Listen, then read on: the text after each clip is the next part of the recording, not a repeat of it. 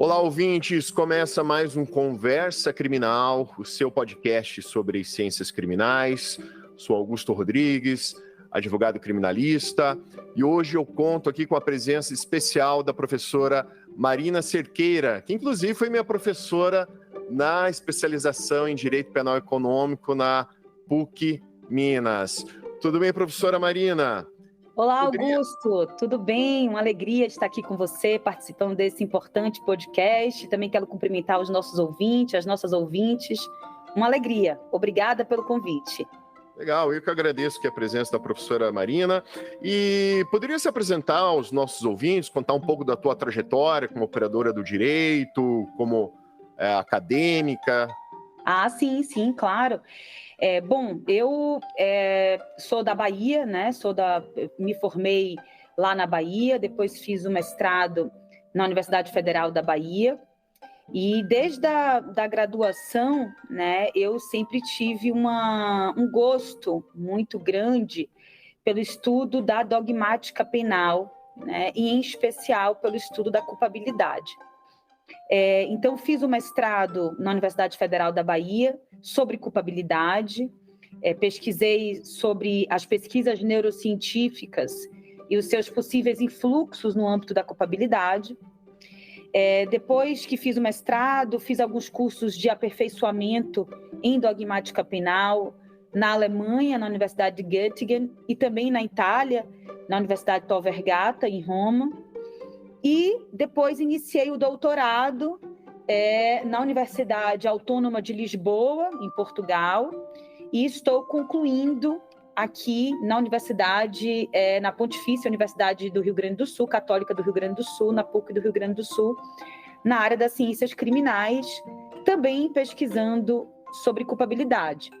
Essa é um pouco da minha trajetória acadêmica, de forma sucinta, e no âmbito profissional, né, digamos assim, eu sou servidora pública, iniciei no Ministério Público da Bahia, trabalhei na assessoria da Procuradoria-Geral de Justiça durante muitos anos, depois advoguei um período também na área de Direito Penal Econômico, e hoje estou aqui em Brasília, estou assessorando a nova ministra Daniela Teixeira aqui no Superior Tribunal de Justiça. Então, esse é um pouco da minha trajetória, Augusto e ouvintes, tanto no âmbito acadêmico quanto também no âmbito profissional, digamos assim. Professora Marina, mais uma vez agradeço aqui pela sua participação. É uma honra, né, contar aqui com o seu conhecimento, né, acadêmico, jurídico, né, para aqui brindar os nossos ouvintes. E o tema do nosso episódio, e também é um tema da sua pesquisa, é a questão da culpabilidade, né, que é ali um dos elementos, né, do conceito analítico de crime, né? E daí eu já lanço aqui a primeira pergunta: como é que surgiu esse seu interesse pelo estudo da culpabilidade? Perfeito, Augusto. Ótima pergunta para a gente começar a nossa conversa. Bom, eu sempre fui, desde a graduação, assim, desde as primeiras aulas de direito penal, eu sempre fui uma admiradora do direito penal. Sempre me cativou muito, sempre gostei muito, porque eu acho que o direito penal, e em especial a parte geral, né, a teoria geral do delito, além de ter reflexões e contornos com a filosofia, né, é um ramo do direito que produz em nós, que tem um viés humano e garantista, produz em nós uma ânsia por dominar aquilo tudo para que a gente possa efetivamente contribuir de forma positiva na vida das pessoas. Então, eu sempre fui uma entusiasta, né, uma admiradora, uma estudiosa do direito penal e, em especial, teoria do delito, né? E, especificamente, sobre a culpabilidade, por ser uma categoria dogmática, como você bem disse, né, uma categoria dogmática que integra o conceito analítico de crime, é uma categoria, portanto, que se aproxima muito da pena, né, da responsabilidade penal. Então, isso sempre provocou, portanto, em mim uma inquietação, né? E é importante também dizer, ainda aqui em uma perspectiva preliminar, né, numa premissa preliminar, que quando a gente fala de culpabilidade, né, vários sentidos surgem, né? Que culpabilidade você está a falar? Culpabilidade como circunstância judicial, prevista no artigo 59 do nosso Código, que vai trabalhar ali as circunstâncias judiciais que orientam a aplicação da pena base. Você está a falar da culpabilidade como categoria dogmática e, portanto, como fundamento da pena, né? Ou seja, qual culpabilidade, né? Qual sentido de culpabilidade está sendo imprimido aqui, né? Então, é melhor impresso aqui, né? Melhor dizendo. Então, eu acho que você começa muito bem quando fala da culpabilidade como categoria dogmática, porque é justamente esse estudo que eu me coloquei, sobre essa categoria que eu me coloquei a estudar e a refletir, né? Bom, dentro da culpabilidade tem um elemento que é muito importante da culpabilidade no finalismo, né, no sistema finalista. Tem uma categoria que é central, que é proposta por Hans Welzel, que é justamente a exigibilidade de conduta diversa, né? O chamado poder atuar de outro modo. E essa exigibilidade de conduta diversa de acordo com Welzel, de acordo com o sistema finalista, é justamente onde reside o fundamento material da culpabilidade, portanto, a essência da responsabilidade penal, né? Então, isso sempre me trouxe muitas inquietações, porque eu sempre, quando estudava e enfim, refletia, eu pensava, poxa, como é que é possível, né, efetivamente, exigir do sujeito uma conduta diversa da que ele adotou, né? Como é que eu demonstro empiricamente isso? Salvo as hipóteses previstas no nosso código de inexigibilidade, que são especificamente aquelas previstas no artigo 22 do Código Penal, quais sejam a coação moral irresistível e a obediência hierárquica à ordem não manifestamente ilegal, afora essas situações, né, que são situações claras, legais, previstas pelo nosso legislador de afastamento da culpabilidade por inexigibilidade de conduta conforme o direito, como é que se efetivamente comprova isso na prática? É possível, né, comprovar isso?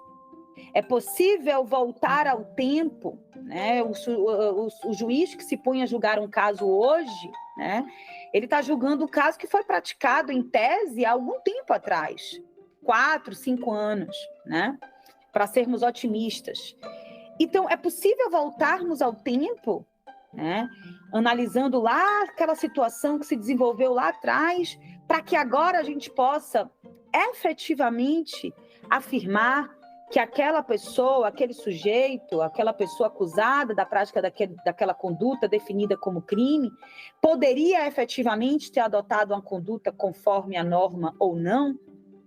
Então, isso sempre trouxe para mim muitas inquietações, e daí a gente vai estudar todos os contributos da doutrina chamada pós-finalista, né, que vão tentar, de alguma forma, oferecer novos fundamentos materiais de culpabilidade, né? E aí a gente poderia mencionar, por exemplo, o funcionalismo, né? Tanto o funcionalismo mais moderado, digamos, ou teleológico, né? Que seria o defendido pelo professor Cláudio Roxin, mas também o funcionalismo sistêmico, defendido por professor Günther Jacobs, né? Mas que vão ambos, a partir, claro, de perspectivas diversas, mas vão definir a responsabilidade penal, a afirmação da culpabilidade a partir dos fins preventivos da pena. Isso também sempre me causou muito desconforto, né? Porque, de alguma forma, você estaria instrumentalizando o sujeito em prol de garantir digamos, as expectativas normativas, né? Mas isso seria um papo, Augusto e ouvintes, talvez para um outro momento, né? Uma outra discussão nossa, em que a gente poderia, sem dúvida alguma, fazer algumas reflexões críticas e contundentes ao funcionalismo, e em especial ao funcionalismo sistêmico defendido por Jacobs.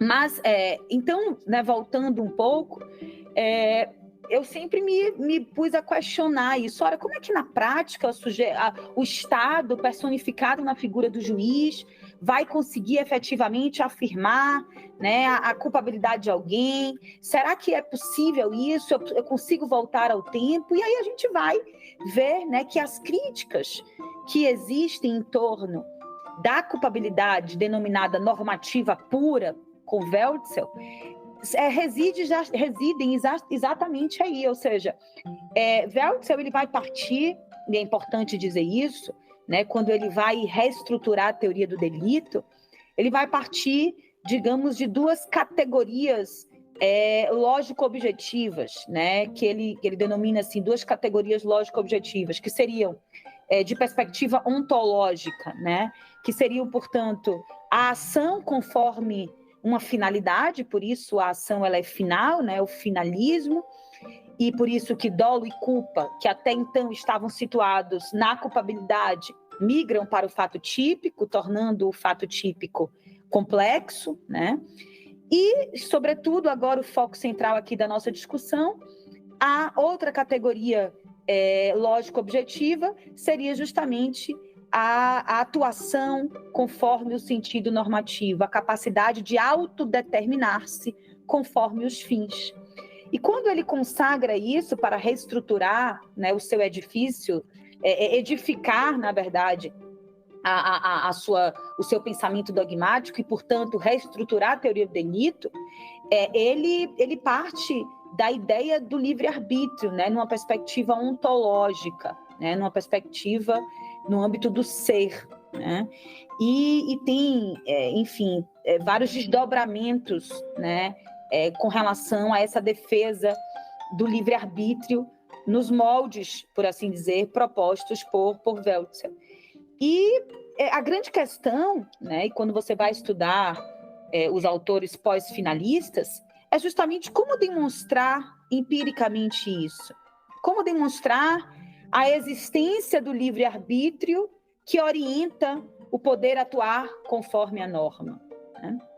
Então, por isso eu disse, e repito aqui de novo, né, a doutrina pós-finalista vai se ocupar de trazer novos fundamentos materiais de culpabilidade, portanto, outros conceitos de responsabilidade, não a partir do livre-arbítrio, mas a partir de outras ideias, né? Como, por exemplo, como mencionei, o funcionalismo, a partir dos fins preventivos da pena. Mas tem um autor, que é um autor bastante conhecido, um autor espanhol, chamado Diego Manuel Luzón Peña, conhecido como Luzón Peña, que tem, tem vários trabalhos, né, em que ele vai discutir exatamente, e não só ele, tá? Vários outros, mas é que agora eu gostaria de destacar o trabalho desse professor, mas, claro, tem vários outros que vão trabalhar sob essa perspectiva crítica, né? Mencionei Klaus Roxin e Jacobs, mas poderíamos mencionar também aqui, até para que os nossos ouvintes e as nossas ouvintes também, se for do interesse, possam pesquisar, Klaus Ginter, o próprio Zaffaroni, Hassemer, né, Figueiredo Dias. Então, a gente poderia aqui, não posso me alongar tanto, porque também incorreria no risco, de alguma forma, de esquecer, né, de algum contributo importante, mas só para ilustrar, né, alguns desses autores. Mas o Luzón Peña, ele vai justamente dizer que a conduta humana é irrepetível. Eu não tenho como voltar no tempo para demonstrar empiricamente que aquele sujeito efetivamente teve condições de, como diz Welzel, se livrar dos seus impulsos causais, né, e se determinar de acordo com os fins normativos. Porque o tempo que o sujeito praticou o crime, em tese, já passou, né? O sujeito já não é mais o mesmo, né? Então, eu não tenho como comprovar efetivamente o livre-arbítrio.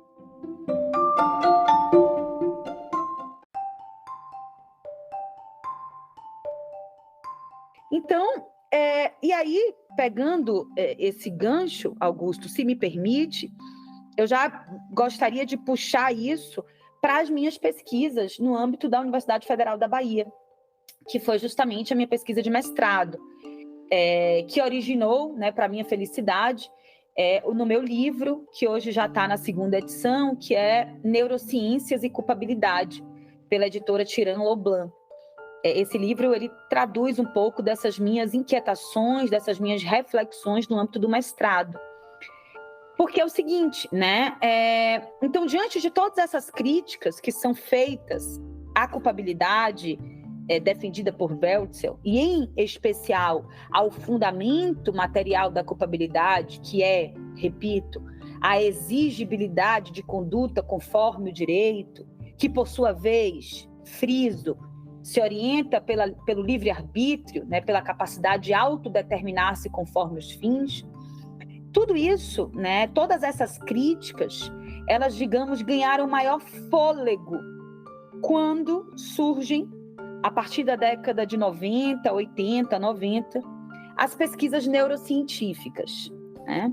E aí, muito sucintamente, até porque aqui é mais talvez um espaço de colocar talvez algumas pulgas atrás da orelha, né, dos nossos ouvintes, das nossas ouvintes, do que propriamente verticalizar, né, esse debate, porque exaurir, né, esse debate, porque é um debate muito denso e nós precisaríamos talvez de um outro espaço, né, e momento para trabalharmos isso. Mas só a título mesmo de provocação, né, essas pesquisas neurocientíficas, elas vão afirmar, né? As pesquisas neurocientíficas, elas vão trabalhar, né, o estudo do cérebro do sujeito a partir de técnicas de neuroimagem, como, por exemplo, de neurobiologia, como, por exemplo, a ressonância magnética funcional, né? Então, nós vamos estudar a atividade elétrica do cérebro humano para, a partir daí, trazer alguns contributos, algumas reflexões, algumas conclusões a partir do entendimento acerca do funcionamento dos nossos cérebros, né? Então, a partir dessas técnicas de neuroimagem, de neurobiologia, como é a ressonância magnética funcional, essas pesquisas elas vão fazer alguns experimentos, né? E vão chegar à conclusão que áreas do cérebro inacessíveis à nossa consciência, portanto, o inconsciente,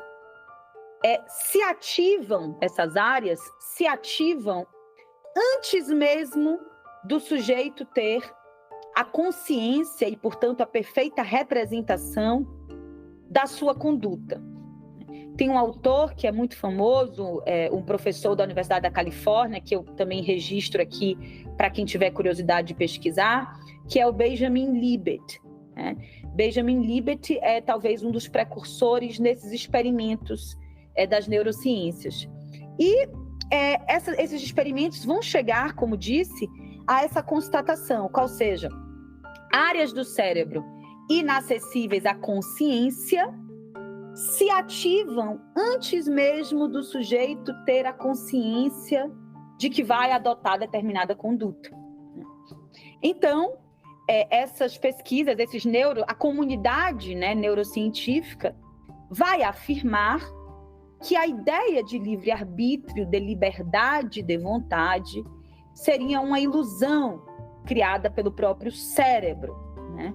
Eles chegam a afirmar, alguns desses autores chegam a afirmar que nós seríamos nós seres humanos, seríamos uma espécie de relógios sofisticados, né? Porque todas as nossas condutas já estariam causalmente determinadas pelo inconsciente, né? E isso gera, claro, muita perplexidade no âmbito do direito penal, né? E aí é só fazer um parênteses, né, para dizer que essas discussões acerca do inconsciente não são propriamente novas, né? Veja que se a gente for estudar, por exemplo, Freud, né, a gente vai se deparar com reflexões nesse sentido, de que é o inconsciente, né, quem vai orientar, determinar as nossas condutas no mundo, né? Também, se nós formos lá para o século XIX e formos estudar a escola positiva, né, e a escola clássica, né, mais especificamente a escola positiva, talvez uma escola precursora do estudo criminológico, a gente vai também se deparar com esse debate, né, esse embate que, de um lado, defende o livre-arbítrio, como eram os defensores da escola clássica, como Beccaria, Carrara, e, por outro lado, nós vamos nos deparar com os defensores do determinismo, seja um determinismo biológico, como defendia o Cesare Lombroso, mas também um determinismo ambiental, né, por assim dizer, como defendia também Enrico Ferri. Então, essas discussões não são propriamente novas, né, recentes. É importante dizer isso para quem está nos escutando. São discussões que, de alguma forma, sempre gravitaram em torno tanto do estudo da psicanálise, como também do estudo criminológico, né? E também, por que não, do próprio início, né, do direito penal, que, aliás, se funda e se edifica na perspectiva do livre-arbítrio. Só há que se falar em ação penalmente relevante se essa ação for orientada de forma livre e consciente, né? Tanto que circunstâncias que não são fatos, né, condutas que não são praticadas de maneira livre e consciente, são condutas que vão ensejar a atipicidade da conduta ou terão reflexos no âmbito da culpabilidade. Então, como, por exemplo, a coação física irresistível, que vai excluir o fato típico, como nós sabemos, e também, para mencionar, a coação moral irresistível, que vai ter reflexos no âmbito da culpabilidade, né, como uma causa legal de exclusão da culpabilidade por inexigibilidade. Então, é importante dizer e situar, né, que essas pesquisas não são propriamente novas. Ou melhor, as pesquisas são novas, mas o que elas constatam essas constatações não são propriamente algo inovador. De alguma forma, nós já nos colocamos a pensar e a refletir sobre isso. Mas o que é interessante é que essas pesquisas elas se arvoram, né, a adentrar na esfera do direito penal para dizer, né, que o direito penal tem que acabar, né? Então, são pesquisas no âmbito das ciências naturais, né, e que vão botar o dedo, digamos assim, no direito penal, né, e vão dizer, olha, o direito penal tem que acabar, o edifício dogmático do direito penal rui por aqui, né? Porque se não existe vontade consciente e livre, e se o direito penal se edifica sobre essa estrutura, vamos acabar com o direito penal, né? E, claro, isso é muito preocupante, né? Porque não é bem assim, né? E aí eu gostaria, nesse espaço, de colocar duas questões, né, para a gente refletir aqui. Primeiro é que, assim, não vejo que seja o caso de negar os avanços tecnológicos, né? Eu acho que, ainda mais, agora a gente está falando de inteligência artificial, né? Então, o direito não pode fechar as portas para os avanços das tecnologias. Não acho que seja esse o caso, né? E foi mais ou menos isso que eu propus no meu livro, na minha dissertação. Eu acho que essas pesquisas, né, elas são importantes, sim, mas também não é o caso de nem fechar os olhos para elas, como disse, mas também não é o caso de abraçá-las e levá-las às últimas consequências, né? Não é o caso de afirmar que o livre-arbítrio não existe. Não é o caso de afirmar que a liberdade não existe, né? Eu acho, e aí, a partir de outros estudos, como, por exemplo, o professor Hassemer, né, que vai trazer estudos muito importantes nessa seara, e também um grande professor espanhol também, que é Eduardo Demétrio Crespo, né, que também fica a dica aí para os nossos ouvintes e nossas ouvintes. Mas o que é que acontece? Assim, é importante, né, que a gente entenda que essas pesquisas, por mais que elas queiram dizer que o livre-arbítrio não existe, isso não é verdade, por assim dizer, porque a liberdade de vontade, né, a compreensão de liberdade é uma compreensão, como eu posso tentar explicar aqui de uma forma mais acessível, né, a todo mundo. É uma compreensão, é uma dimensão que todos nós temos, né, e que ela é compreendida a partir da nossa existência e das nossas relações no mundo. Ou seja, eu não posso negar algo, negar o livre-arbítrio, a partir da análise do corpo, ou seja, a partir da análise especificamente do funcionamento do cérebro, porque a compreensão e a dimensão de liberdade é algo que nos corresponde como um todo. Ou seja, eu não posso separar, né, quase que num dualismo cartesiano, corpo de mente.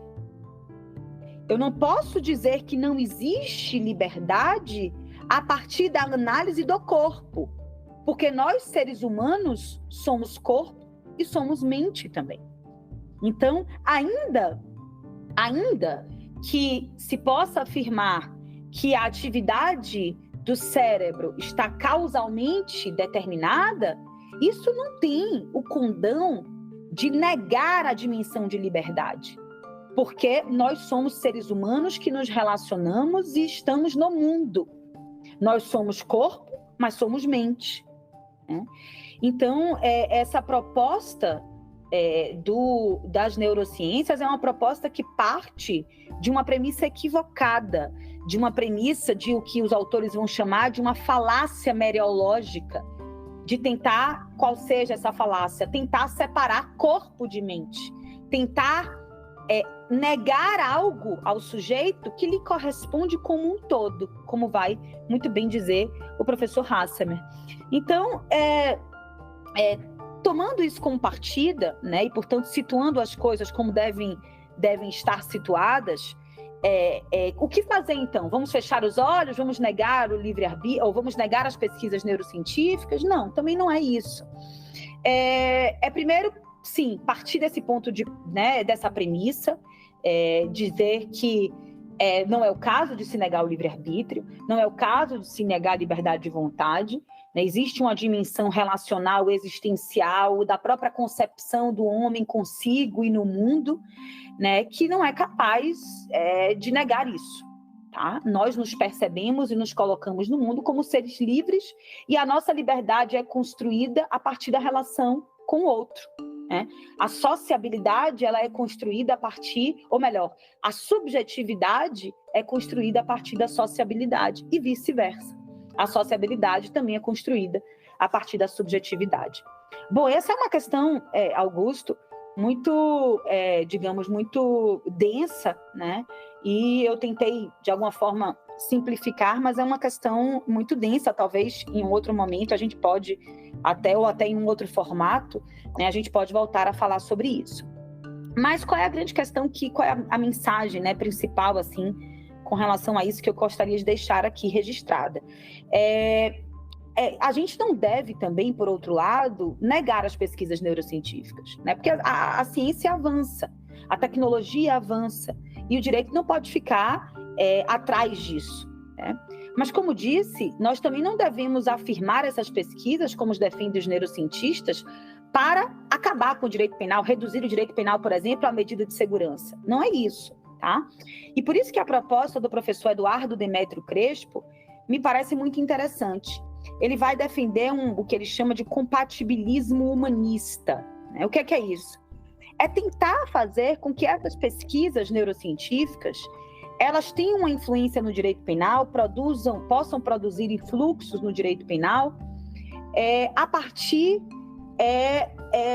da possibilidade, né, de ampliar os nossos conhecimentos sobre o funcionamento do cérebro das pessoas, né?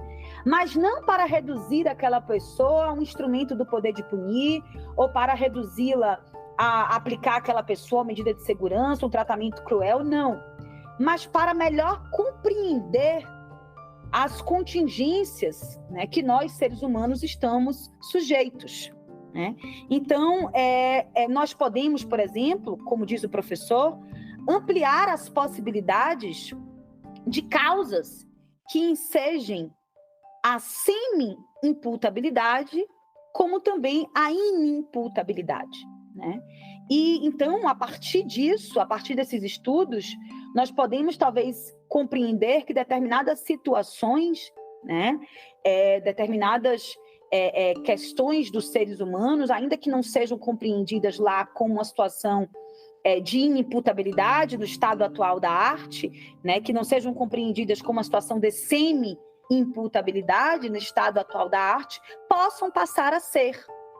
E podendo passar a ser, possam ter um tratamento, né, com aspas aqui, adequado e humano.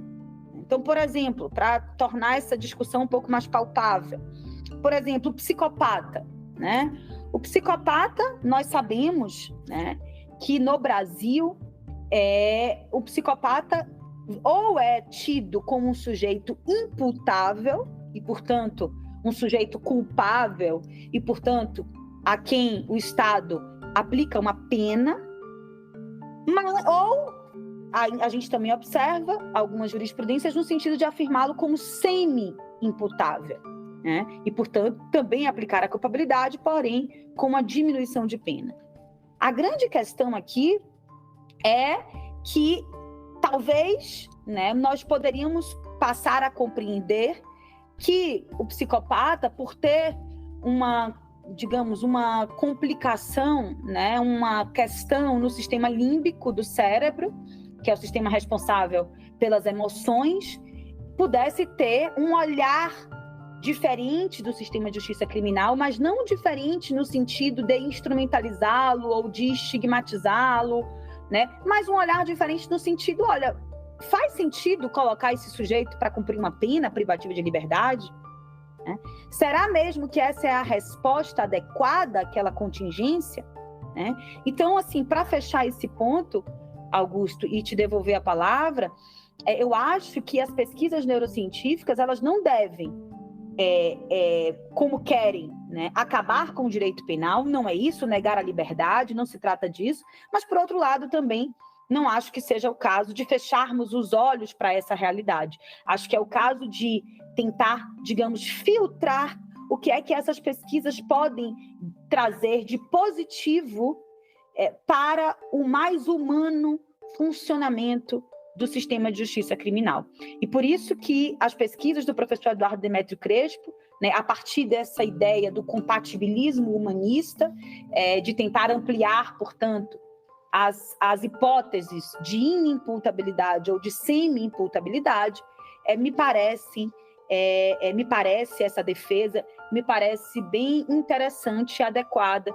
E foi mais ou menos isso que eu busquei defender no mestrado, e que é, portanto, objeto do meu livro.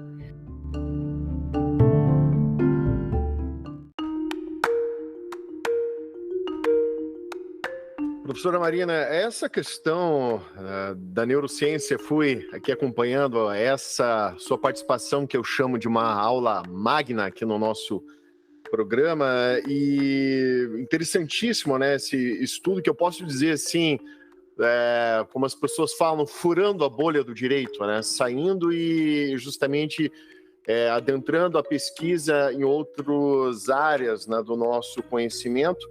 Isso vai muito ao encontro do que recentemente eu vi o professor Akhenaton Tokzek, lá do Rio Grande do Sul, falando que o direito penal, ele é essencialmente humano, né? Porque são analisadas condutas humanas e que podem resultar mesmo no encarceramento, né, de um ser humano. Então, o que ele falou, né, em resumo, que por se tratar ali de uma questão que envolve, né, essa humanidade, vamos chamar nesse sentido, o importante é a gente furar realmente essa bolha do direito, partir para a sociologia, para a filosofia, e não ficar só nessa letra fria da lei ou na pesquisa puramente de jurisprudência, né? Acho que o operador do direito realmente ele tem que furar essa bolha, né?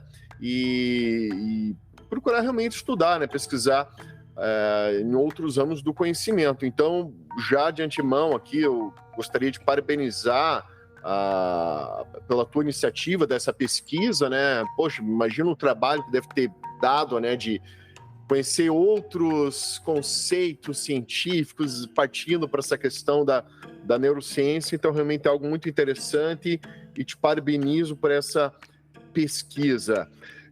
Na tua fala, além dessa questão da neurociência, né, dessa interdisciplinariedade, né, vamos chamar assim, O que me chamou muito a atenção também na tua fala é a questão da culpabilidade e a figura do homem médio, né? No sentido de uma exigibilidade de conduta diversa, né? E também linkando mais uma vez com o professor Akhenaton, ele tem desenvolvido recentemente, né, um trabalho, uma pesquisa, salvo engano, acho que no segundo doutorado dele ou no pós-doutorado, a respeito do perfil dos concurseiros no Brasil. Por que eu digo isso? No Brasil, né, a nossa forma de acesso a esses cargos públicos, né, se dá por meio de concurso público, né, os cargos dos juízes, os promotores, que são basicamente esses agentes, né, que é o promotor, né, na seara penal, que vai ali promover uma ação penal, e o juiz que vai julgar, né, essa ação penal. Então é curioso a gente pensar num sentido desse aspecto do homem médio e no sentido também de um livre-arbítrio, um determinismo, como esse perfil desse julgador ou desse acusador, se a gente, voltando na pesquisa do professor Akhenaton, né, ele já verifica ali que há esse perfil que é notório de pessoas, em regra, de uma classe média alta, em regra, pessoas brancas, num país como o Brasil, que é super heterogêneo, e pessoas, assim, que tiveram acesso a estudo de qualidade, tiveram ali garantidas as suas 5 refeições diárias, normalmente convivendo em ambientes da classe média, né? Como essa pessoa, em determinado caso concreto, ela vai verificar uma conduta de uma outra pessoa, né? E não teve, digamos, acesso a esses direitos básicos, vamos chamar assim. E como é que daí ela julga, né? Ela pensa ali uma exigibilidade de conduta diversa nesse aspecto do homem médio, certo? Então eu achei muito curioso linkar esse estudo do professor Akhenaton com esse teu estudo relacionado, né, à questão do homem médio, da exigibilidade de conduta diversa, principalmente acho que se a gente considerar que hoje no Brasil a maior parte das execuções de pena, né, de privação da liberdade, estão relacionadas à lei de drogas e crime patrimonial, né? E questão de lei de drogas, eu até lembro de uma conversa com o professor Jorê Cirino, ele falando, né, em determinada situação de um sujeito privado de direitos básicos também, como exigir que essa pessoa eventualmente não, até por uma sobrevivência, não acabe incursando, né, no artigo 33, né, da lei de drogas, enfim. Mas o que eu quero dizer, toda essa minha fala, é para saber o que você, professora, pensa a respeito dessa figura do homem médio, também pensando ali nesse perfil tecnocrata, entre aspas, né, dos nossos operadores do direito, e fazendo um link com esses crimes patrimoniais. E aí, como é que fica? A gente pode pensar realmente que esse sujeito que eventualmente comete um crime patrimonial, ele tem ali realmente um livre-arbítrio ou ali um determinismo, ainda mais pela tua experiência, né, como operador do direito no Ministério Público, hoje no Judiciário, né, no STJ. Como é que fica essa questão? Você consegue fazer um link também com esse estudo do Akhenaton e com essa figura do homem médio? O que a professora pensa a respeito? Perfeito, Augusto. Excelente pergunta para a gente iniciar esse novo ponto aqui da nossa conversa. Não, sem dúvida. Só voltando um pouquinho, você começou a falar da questão do direito penal é humano, sem dúvida alguma.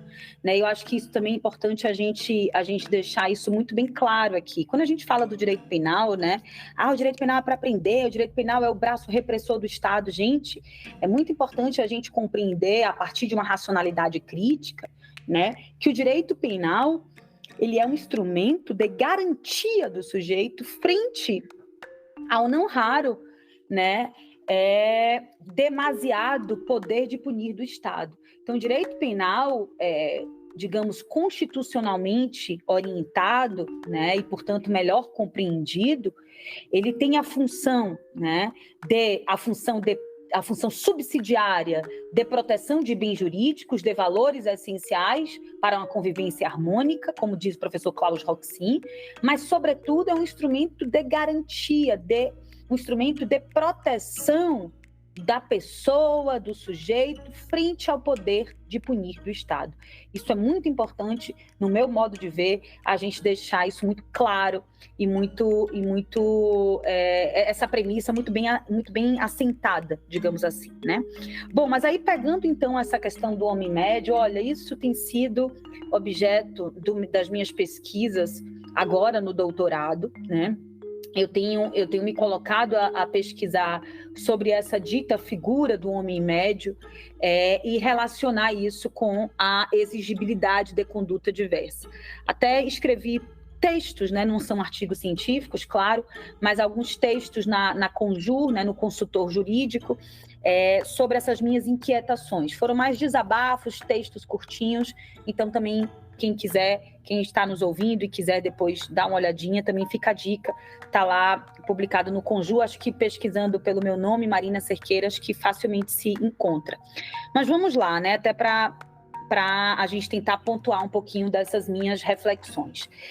Veja, quando a gente vai observar na prática, né, a afirmação da culpabilidade, da exigibilidade de conduta diversa, mas também, né, quando vamos observar a aplicação da pena, né, lá das circunstâncias judiciais, em especial nas circunstâncias judiciais do artigo 59, portanto, na aplicação da pena base, quando a gente vai observar, por exemplo, a culpabilidade, quando a gente vai observar a personalidade do agente, a conduta social, que são, no meu modo de ver, resquícios de um odioso direito penal do autor, né, e que, portanto, faz com que a gente não consiga se desvincular de um juízo moral, né, de um juízo de desvalor moral que recai sobre o sujeito. O que a gente observa na prática é que o nosso judiciário, de forma geral, tende a se valer deste paradigma, né, deste barema do homem médio, né? Ou seja, para afirmar a culpabilidade de alguém, e eu vou focar nesse ponto central, porque é o ponto da minha pesquisa, para verificar se aquele sujeito poderia ter atuado ou não conforme o direito e, portanto, para afirmar se o Estado pode exigir ou não uma conduta daquele sujeito a favor da norma, não se analisa, no caso concreto, aquele sujeito individualmente considerado, né? Não se analisa as circunstâncias nas quais aquele sujeito está inserido, né? Os seus conhecimentos, as suas contingências, não. Se parte dessa figura abstrata, que nós não sabemos muito bem o que é, nem sabemos muito bem definir, né? Que é uma figura do homem médio. E aí se questiona, o homem médio, naquelas circunstâncias, adotaria aquela conduta? Né? Se a resposta for sim, a conduta é inexigível. Se a resposta for não, a conduta é exigível àquele sujeito. Então, isso é muito preocupante. Você, Augusto, trouxe algumas, já pincelou aqui algumas dessas questões, que é o seguinte: quem é que preenche, por assim dizer, né, as características deste homem médio no caso concreto? Né? Quem preenche é o juiz, é a figura do juiz. Né? E quem é o juiz? Né? Como você bem disse, o juiz no Brasil, né, via de regra, claro, a gente sempre tem exceções, né, mas via de regra, o juiz é um homem heteronormativo que goza de privilégios de raça e de classe, né, e que, portanto, o coloca numa realidade muito, mas muito diferente e distante dos alvos do poder de punir do Estado, que nós sabemos muito bem quem são, e nós sabemos muito bem que também possui preferencialmente, seletivamente, gênero, raça e classe. Basta nós fazermos uma pesquisa, né, muito rápida nos dados do nosso sistema carcerário, nós vamos saber quem é que está preso no Brasil. Você adiantou aqui, nós temos um contingente carcerário enorme relacionados a práticas de drogas, eu diria não só do tráfico especificamente do artigo 33, mas também do artigo 35, né, da associação para o tráfico, e também dos crimes patrimoniais, né, roubo, mas também, né, isso é um absurdo, também casos de furtos, né. Mas, sem dúvida alguma, nós sabemos, portanto, quem é esse contingente carcerário brasileiro, né? Então, a pergunta que fica é possível? Primeira pergunta, é possível nós nos valermos dessa figura do homem médio, esta figura abstrata, em sociedades plurais e, sobretudo, desiguais, como é o Brasil, né? Que tem desigualdades manifestas, não só de classe, mas também de gênero e de raça, né? Eu acho que qualquer discussão profícua no âmbito das ciências criminais precisa passar por este filtro de gênero, raça e classe. E, portanto, qualquer discussão profícua no âmbito do direito penal precisa oferecer uma concepção interdisciplinar, como você trouxe, a partir da criminologia, em especial da criminologia crítica. Ou seja, nós precisamos nos valer da interseccionalidade, né, para nós podermos trabalhar criticamente o direito penal e as ciências criminais de forma geral, né?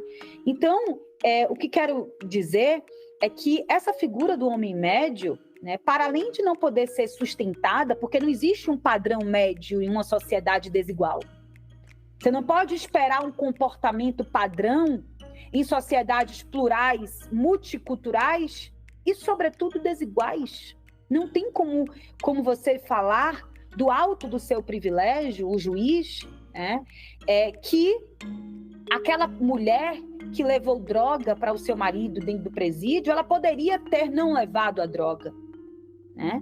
Não dá para você afirmar que aquele sujeito, né, que mora num lugar, em determinada cidade, completamente alheio às políticas públicas do Estado, né, que está numa situação de completa vulnerabilidade, né, e aquele sujeito, em atenção a isso, compra uma arma, adquire um porte legal de arma, né, e aquele sujeito poderia não adquirir, né, porque você, do alto do seu privilégio, do seu lugar de fala, para mencionar uma feminista negra que eu muito admiro, que é a Djamila Ribeiro, do seu lugar de fala, você afirmar que é exigível uma conduta diversa, quando, na verdade, você não está experimentando a realidade daquela pessoa. Você não está inserido naquelas circunstâncias daquela pessoa. Você não sabe o que é morar num lugar em que não tem esgoto, né? Em que a polícia não chega, em que você pede ajuda da polícia porque a sua mãe foi violentada, a sua mulher foi violentada, os seus filhos foram violentados e a polícia não chega. Então, ou você adquire uma arma, ou você vai morrer, ou vai permitir que a sua família morra a cada dia, né? Você não vai entender o que é uma coação moral irresistível de uma mulher que sofre ameaças irresistíveis, né, para levar droga para o marido, porque se não levar, o marido morre por uma facção criminosa, por exemplo, né? Então, são situações que jamais serão alcançadas por algumas pessoas, né? E claro, a gente sempre tem exceções, volto a dizer, mas não serão, e falando genericamente, alcançadas por quem goza de privilégios, né? Por quem goza de uma realidade muito distante do alvo do poder de punir do Estado. Então, essa figura do homem médio, né, que nós não sabemos o que é, que nós não sabemos definir, que não sente dor, não sente frio, não sente fome, né, e que, ao fim e ao cabo, terá suas características preenchidas pelo julgador, né, esta figura do homem médio, ela vai sempre servir ao poder de punir. E aí eu fecho a minha intervenção aqui e te devolvo a palavra para justamente dizer o seguinte, dialogando com a minha primeira fala aqui nesse segundo momento, que foi: o direito penal é o quê? É um instrumento de contenção do poder de punir. O direito penal é o quê? É um instrumento de proteção do sujeito, né? Ora, se eu coloco e se eu trabalho com esta figura do homem médio, né, eu tendo sempre a afirmar o poder de punir, porque eu sempre tenderei, juiz, Estado juiz, sempre tenderei a afirmar salvo hipóteses declaradas, manifestas, previstas pela lei de inexigibilidade, como nós sabemos lá no artigo 22, salvo essas hipóteses, desde que declaradas no caso, né, no processo, eu sempre tenderei a afirmar que a conduta conforme a norma era exigível. Sempre tenderei, portanto, a afirmar um direito penal a serviço do poder de punir, né? Então, estou convencida, né, que esta figura do homem médio é uma figura que precisa ser, de uma vez por todas, rechaçada do nosso sistema de justiça criminal. Nós não podemos admitir que essa figura sempre surja quando se vai afirmar a culpabilidade e quando se vai também afirmar, como disse, a pena do sujeito. Seja porque nós estaríamos trabalhando com o direito penal a serviço do poder de punir, e não é essa a compreensão que nós devemos ter no Estado democrático, seja porque isso fere, portanto, direitos e garantias constitucionais, né? Eu preciso compreender aquele sujeito na sua contingência, como defendia, aliás, Weltzel. Weltzel defendia a aplicação de uma responsabilidade, da afirmação de uma culpabilidade a partir de um juízo concreto, baseado naquela pessoa especificamente, de acordo com as suas circunstâncias. O que hoje nós observamos na realidade do sistema de justiça criminal é que não é dessa forma, ou seja, você utiliza dessa figura do homem médio para vincular a culpabilidade a um juízo de valor moral. A um juízo de valor moral. Então, meu caro Augusto e caros ouvintes e caras ouvintes, essa é a minha preocupação hoje no âmbito do doutorado, discutir a possibilidade, a alternativa de escolha, né, a liberdade, né, de escolha de atuar a favor ou não da norma, a partir do contexto em que aquele sujeito experimenta, a partir da realidade em que aquele sujeito está inserido. É a partir daí que nós vamos verificar se aquele sujeito tinha efetivamente escolha, se aquele sujeito tinha efetivamente alternativa de se comportar ou não a favor da norma e, a partir daí, afirmar ou não a exigibilidade de conduta diversa. E eu só posso fazer isso, como diz o professor Juarez Tavares e também o professor Juarez Cirindo, mergulhando na realidade experimentada por aquele sujeito. Eu não posso fazer isso do alto dos meus privilégios, jamais. Eu não posso fazer isso utilizando de uma empatia, por assim dizer, às avessas, né? Eu preciso efetivamente me colocar no lugar daquela pessoa, né? E isso é muito difícil, né? Mas é preciso exigir, o meu desafio no doutorado é exatamente esse, não só criticar essa figura do homem médio, por essas razões que aqui mencionei e muitas outras, que não teríamos tempo aqui de trabalhar, mas, sobretudo, de pensar em uma outra categoria, né? Ou, se não, né, de exigir vínculos de constrangimentos ao magistrado, né, para que fundamente as suas decisões de forma a efetivamente comprovar que aquele sujeito poderia ter adotado uma outra conduta, né? Então, ele precisa dizer, olha, aquela pessoa ali, né, a despeito de não estar caracterizado, por assim dizer, né, uma coação moral irresistível ou também uma obediência hierárquica, aquela pessoa, pelas provas do processo, provas tais e tais e tais, elementos de informação de qualidade, né, inseridos nas páginas tais e tais e tais, a partir disso, ou seja, focar no acervo probatório, né, leva a crer, leva à conclusão, para além de uma dúvida razoável, né, que aquela pessoa, no estado de vulnerabilidade que se encontrava, não poderia ou não tinha alternativa de escolha, e com base nisso não é possível exigir uma conduta conforme a norma, né? É preciso que a gente construa vínculos de constrangimento ao juiz, né? Então, é mais ou menos, meu caro Augusto, o que eu hoje me ponho a pesquisar no doutorado, a partir de todas essas inquietações e reflexões que gravitam em torno dessa figura do homem médio.